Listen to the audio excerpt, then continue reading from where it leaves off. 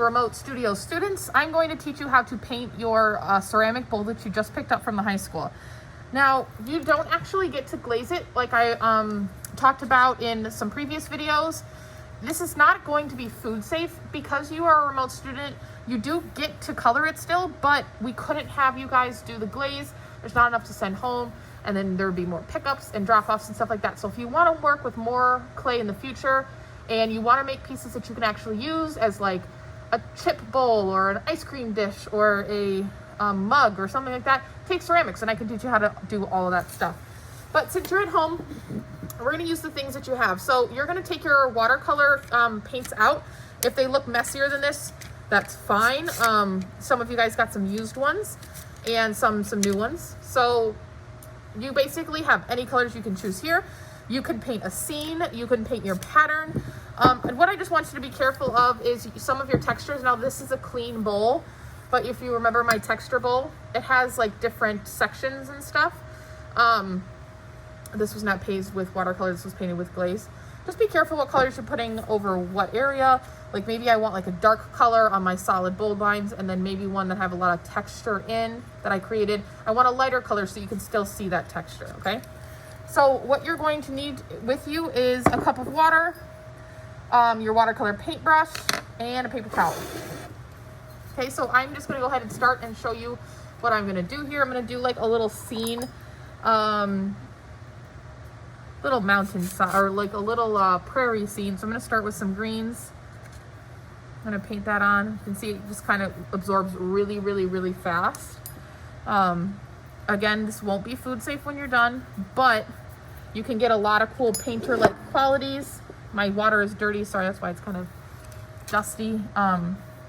You can layer just like you do with paint. So I'm gonna mix my other color of green in there. I'm just doing like a little scene, and I will do a time lapse for you now.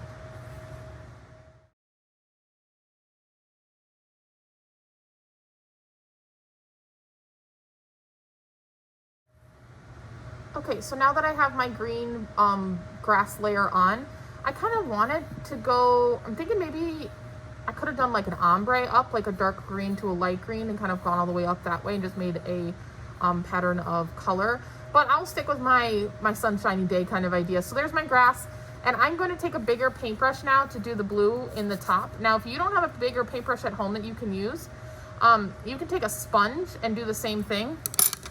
So if I were to take this, get it wet, dip it into my blue, I could sponge it across the top as well, like that. But if you don't have a sponge either, you can use the same paintbrush that came in your kit. You're just gonna have a little bit more work to do with, you wanna dip your paintbrush in water first, coat the entire area you want painted in that water first so it doesn't get too absorbed too fast. So it kind of gives you like a base, like a wet on wet technique almost. Then you can go into your blue and start painting. Of course, I mix my blues, so I get a little bit of both blues that I like. Go ahead and wash that across the top.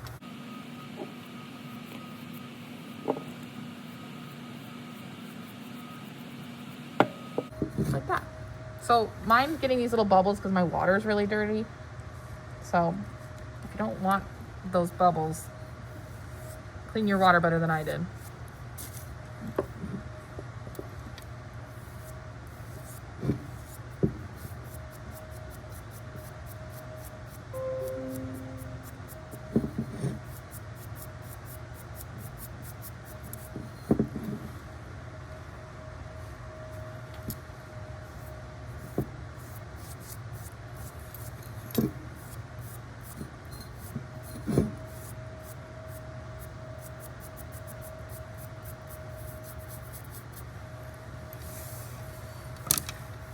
Now that I have my blue done, I can go in and start to add fine detail in whatever, you know,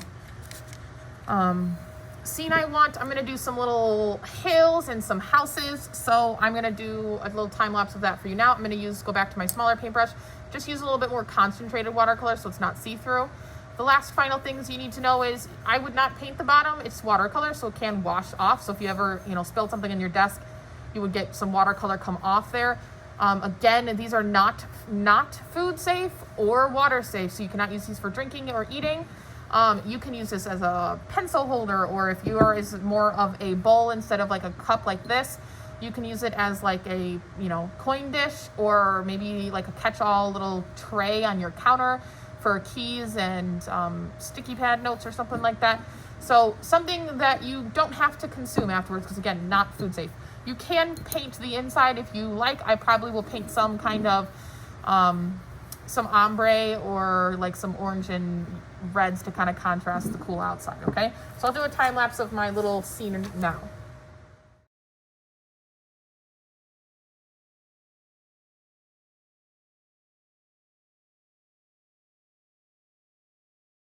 All right, so I just did a little section here for you of some hills really quickly, so I apologize for the messiness, but there's some like light poles connecting to each other. It's just a little scene, and like little houses far in the distance.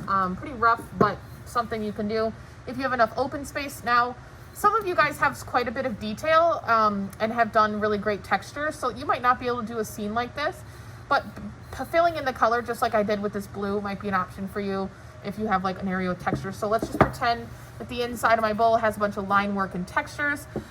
You can just fill that in with solid colors if you want. Again, I always recommend mixing your own. So even if you're gonna paint like an orange or a brown, mix a little bit of red in it, or yellow, and make your own version of that. How you can do that on your watercolor palette is take your watercolor palette, dip some in each of your colors, and then mix it over on the lid. And that can be your like kind of palette. So I'm gonna do that now with the inside for some oranges and reds.